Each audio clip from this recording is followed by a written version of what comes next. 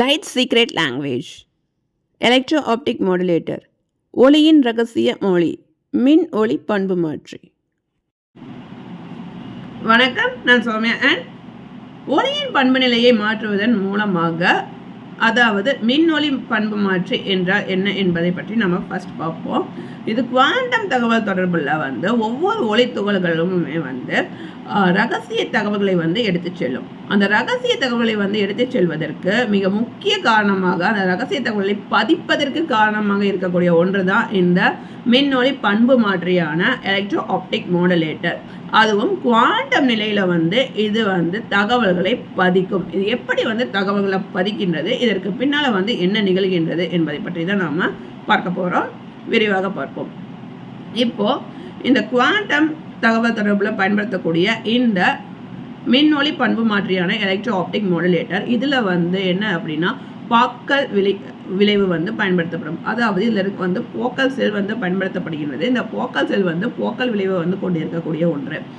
இது என்ன மாதிரியான ஒரு படிகம் இதில் வைக்கப்பட்டிருக்கு அப்படின்னு பார்த்தோம்னா, இதில் ஒரு படிகம் இருக்குது. அதாவது லித்தியம் நியோபேட் அப்படிங்கிற ஒரு படிகம். இது சிறப்பு படிகம் என்றும் சொல்லப்படுகின்றது.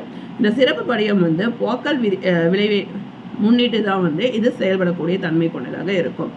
அதாவது எப்பொழுது ஒளி உள்ள ஊடுருவுகின்றதோ, லேசர் மூலமாக ஒளி உள்ள ஊடுருவக்கூடிய தருணம், குறிப்பாக இந்த எலக்ட்ரோ ஆப்டிக் மாடுலேட்டர், அதாவது இதில் இருக்கக்கூடிய போக்கல் செல், அந்த போக்கல் செல்குள்ள குறிப்பாக இந்த லேசர் ஒளி உள்ள ஊடுருவக்கூடிய தருணம் முழுக்க மின்சாரத்தின் அடிப்படையில் தான் இயங்கும். எப்பொழுது இது மின்சாரம் கொடுக்கப்படுதோ அப்பொழுது தான் இது வேலை செய்யும்.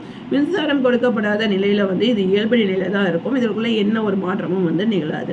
அப்படி இருக்கும்போது மின்சாரம் கொடுக்கக்கூடிய தருணத்தில் ஒரு மின்னழுத்தம் ஏற்பட்டு, அதுவும் அதிவேகமாக மின்னழுத்தம் கொடுக்கக்கூடிய தருணத்தில் உள்ள ஊடுருவக்கூடிய ஒளி இந்த படிகத்துக்குள்ளே நுழையும்.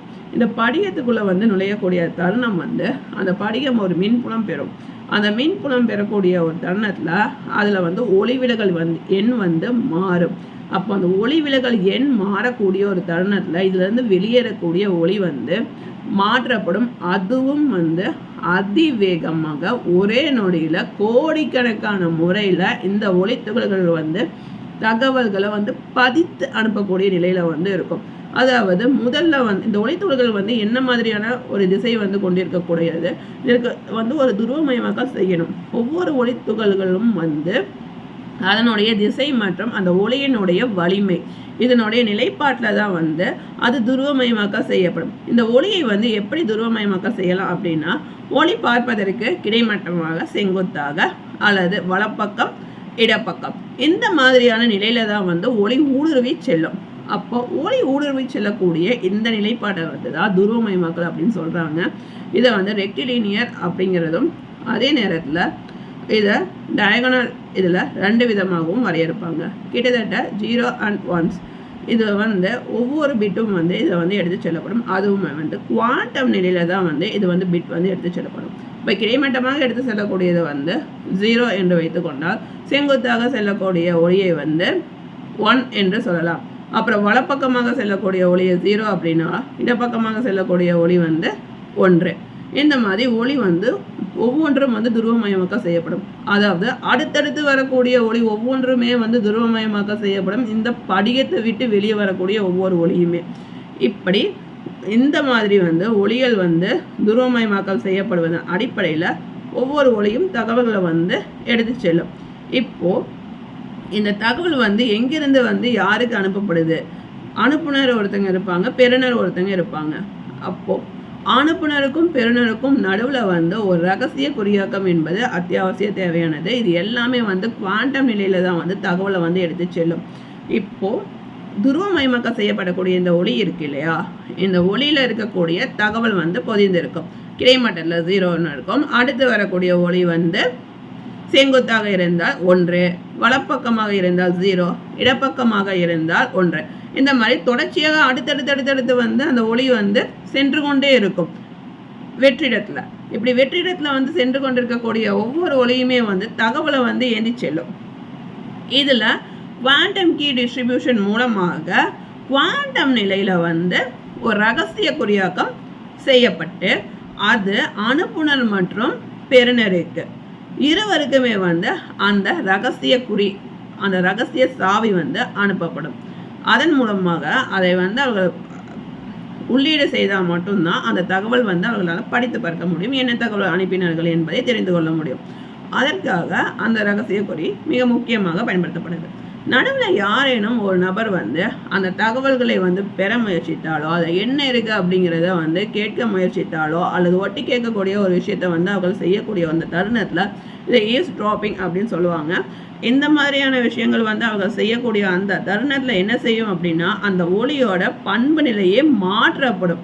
அந்த இடத்துல இந்த ஒளியோட பண்பு நிலையை மாற்ற மிக முக்கிய விஷயத்த வந்து தான் இந்த எலக்ட்ரோ ஆப்டிக் மாடுலேட்டர் செய்யக்கூடியது. உடனே அந்த ஃபோட்டான், அந்த ஒளித்துகளோட தன்மையே வந்து என்ன ஆகும் அப்படிங்கிறாங்கன்னா மாற்றப்படும் அப்படின்னு சொல்கிறாங்க. அதே நேரத்தில் அதனோட துருவமயமாக்கல் தன்மை மாறும். இப்போ அது வந்து ஒளியை வந்து கிடைமட்டமாக எடுத்து செல்லுது அப்படின்னா, அந்த நபர் வந்து நடுவில் யாரேனும் குறுக்கீடு செய்யக்கூடிய ஒரு தருணத்தில் அது பெறுநருக்கு வந்து எப்படி போய் நிற்கும் அப்படின்னா, அது கிடைமட்டமாக இருக்கக்கூடியது ஒரு செங்குத்தாக மாறி வந்து அந்த நபருக்கு வந்து கிடைக்கும். இப்போ அந்த நபர் நடுவில் வந்து பெறக்கூடிய ஒரு தகவலை வந்து அவர்களால் உடைத்து அதில் என்ன இருக்குது அப்படின்னு பார்க்க முடியுமா அப்படின்னா பார்க்க முடியாது என்று சொல்கிறாங்க. ஏன்னா இதில் வந்து குவாண்டம் கீ டிஸ்ட்ரிபியூஷன் குவாண்டம் நிலையில் வந்து பயன்படுத்தப்படுகிறது. இதை வந்து தகவலை எடுத்து செல்லக்கூடிய ஒரு அம்சமாக இதில் ஒளித்துகள்கள் தான் மிக முக்கியமாக பயன்படுத்தப்படுகின்றது. அதனால் எதிர்காலத்தில் வரக்கூடிய குவாண்டம் கணினியால் இந்த தகவலை வந்து திறந்து பார்க்க முடியுமா அப்படின்னா அது சாத்தியக்கூறு இல்லை அப்படிங்கிற ஒரு விஷயத்தை வந்து இவர்கள் முன்வைக்கின்றனர். ஆனால் இது எந்த அளவுக்கு சாத்தியம் என்ற தெரியவில்லை. இருப்பினும் வந்து இவர்களால் வந்து தகவலை வந்து பாதுகாக்க முடியும் அப்படிங்கிற ஒரு விஷயத்தை வந்து முன் நிறுத்துகின்றனர். இந்த குவாண்டம் கீ டிஸ்ட்ரிபியூஷன், அதுவும் குவாண்டம் நிலையில் வந்து தகவல்களை வந்து ஒளித்துகள்களின் மூலமாக அனுப்புவதன் மூலமாக இது பாதுகாப்பாக இருக்கும் அப்படின்னு சொல்கிறாங்க. இப்போது இது அடுத்த கட்டத்தில் என்ன செய்யும் அப்படின்னா, இனி வந்து இந்த நபர் வந்து தகவலை வந்து பெறக்கூடிய தருணத்தில் இந்த நபர் வந்து ஒரு தகவலை வந்து எடுத்திருக்காங்க. ஆனால் அவர்கள் வந்து பெற்ற தகவல் வந்து சரிவர அனுப்பிய தகவல் தான் அவர்களுக்கு கிடைத்திருக்குமா அப்படின்னா கிடையாது. அதுக்கு அவங்க பயன்படுத்தக்கூடிய குறியீட்டின் மூலமாக அந்த தகவலை வந்து திறந்து பார்க்க முடியுமானா முடியாது. இறுதியாக இந்த பெறுநருக்கு வந்து தகவல் ஒன்று கிடைத்திருக்கும்.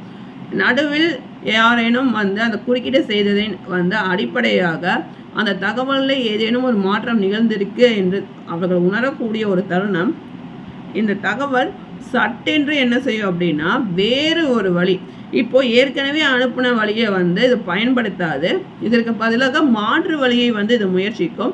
மாற்று வழியின் மூலமாக திரும்பவும் வந்து ஒளித்துகளின் மூலமாக தகவல்களை வந்து அனுப்பி வைக்கும். அப்படி அனுப்பி வைக்கும் போது புது குறியாக்கத்தை வந்து இருவருக்குமே வந்து ரகசிய குறியாக்கத்தை வந்து அனுப்பும். அப்போது புதிதாக அவர்களுக்கு ரகசிய குறி, ரகசிய சாவி வந்து இருவருக்குமே வந்து QKD வந்து கிடைக்கும்.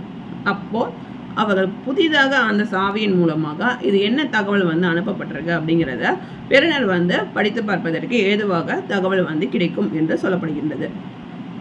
இதில் இருக்கக்கூடிய ஒரு விஷயம் அப்படின்னா, நடுவில் வந்து யாரேனும் ஒரு நபர் வந்து குறுக்கீடு செய்தால் வந்து துருவமயமாக்கலின் அடிப்படையில் வந்து அந்த தகவல் மாறும் அப்படின்னு சொல்கிறாங்க. அதுவும் வந்து என்ன மாதிரினா, ஒரு சோப்பு குமிழியை வந்து நம்ம தொட்டவுடன் அந்த குமிழி வந்து உடையும் இல்லையா, அந்த மாதிரியான அந்த மாதிரி தான் இந்த ஒளித்துகள் அந்த ஃபோட்டானுடைய பண்பே வந்து சட்டென்று மாறிடும்னு சொல்கிறாங்க.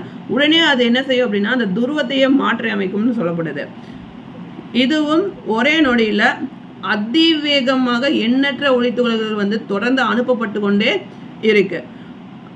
அந்த மாதிரியாக அனுப்பக்கூடிய துகள்களோட எண்ணிக்கை வந்து கோடிக்கணக்கான துகள்கள் வந்து அனுப்பப்படும். அதாவது நேனோ செகண்ட்ஸில் பிக்கோ செகண்ட்ஸில் வந்து எண்ணற்ற துகள்கள் வந்து அனுப்பக்கூடிய ஒரு சூழல் வந்து இந்த குவாண்டம் நிலையில், இந்த குவாண்டம் தகவல் தொடர்புள்ள குறிப்பாக இந்த எலக்ட்ரோ ஆப்டிக் மாடுலேட்டர் பயன்படுத்துவதன் அடிப்படையில் இந்த லேசர் ஒளி மூலமாக தகவல்கள் வந்து அனுப்பப்படுகின்றது. வெற்றிடத்தில் ஒரு நபரிடமிருந்து இன்னொரு நபருக்கு தகவல்களை எடுத்து செல்வதில் இது ஒரு மிக முக்கிய பங்காற்றக்கூடிய ஒன்றாக இருக்கு. இன்னைக்கு குவாண்டம் என்கிரிப்ஷனில் முக்கிய பங்காற்றக்கூடிய எலக்ட்ரோ ஆப்டிக் மாடுலேட்டர் இது என்ன மாதிரி வந்து இந்த தகவல் பரிமாற்றம் வந்து செய்கின்றது என்பதை நம்ம தெரிந்து கொண்டோம். குறிப்பாக நடுவில் யாரேனும் அந்த தகவல்களை வந்து பெற முயற்சிக்கக்கூடிய தருணத்தில் வந்து குவாண்டம் பிட் எரர் ரேட் ஆன QBER எண்ணிக்கை வந்து அதிகரிக்கும். இந்த முறையில் வந்து குவாண்டம் பிட் எரர் ரேட் வந்து 0.5% வந்து குறைந்திருக்கும். வழக்கமாக தகவல் பரிமாற்றம் செய்வதில்லையும் இதனுடைய தகவல் பரிமாற்றத்திலையும் இயல்பாக இருக்கக்கூடிய ஒரு விஷயத்தில் குவாண்டம் பிட் எரர் ரேட் வந்து 0.5% ரேஞ்சை விட குறைந்து இருக்கணும் அந்த தகவலை வந்து பெறுநர் பெறக்கூடிய தருணத்தில். ஆனால் தகவலை வந்து பெறுநர் பெறக்கூடிய ஒரு தருணம் குவாண்டம் பிட் எரர் ரேட் அதிகமாக இருக்கக்கூடிய ஒன்றை வைத்து அந்த தகவல் திருடப்பட்டிருக்கிறது என்பதை பெறுநரும் அறிந்து கொள்ள முடியும், அதே நேரத்தில் அனுப்புனரும் அறிந்து கொள்ள முடியும். இவர்கள் அறிந்து கொள்ளக்கூடிய அதே நேரத்தில் அந்த தகவல் வந்து புதிதாக ஒரு ரகசிய சாவியின் மூலமாக அவர்களுக்கு இருவருக்குமே அனுப்பப்பட்டிருக்கும். அதன் மூலமாக எளிதாக அவர்கள் வந்து தங்களுடைய தகவல்களை வந்து பாதுகாப்பாக வைத்துக்கொள்ள முடியும் என்று சொல்லுகின்றனர். இன்னைக்கு குவாண்டம் தகவல் தொடர்பில் இருக்கக்கூடிய இந்த எலக்ட்ரோ ஆப்டிக் மாடுலேட்டர் என்ன செய்யுது அப்படிங்கிறத பார்த்தோம். இந்த எலக்ட்ரோ ஆப்டிக் மாடுலேட்டரில் இருக்கக்கூடிய இந்த படிகமான லித்தியம் நியோபேட், இந்த லித்தியம் நியோபேட் வந்து குறிப்பாக இது வந்து இந்த குவாண்டம் தகவல் தொடர்பில் மட்டும்தான் வந்து இது மின்சாரத்தை பயன்படுத்தி ஒளியை வந்து அனுப்புகின்றது. ஆனால் இதை வந்து அக்கோஸ்டிக் ஆப்டிக் அப்படிங்கிற ஒரு ஸ்டேஜ்லையும் சொல்லுவாங்க. அதாவது சவுண்ட் வேவ் மூலமாக ஒளியின் மூலமாக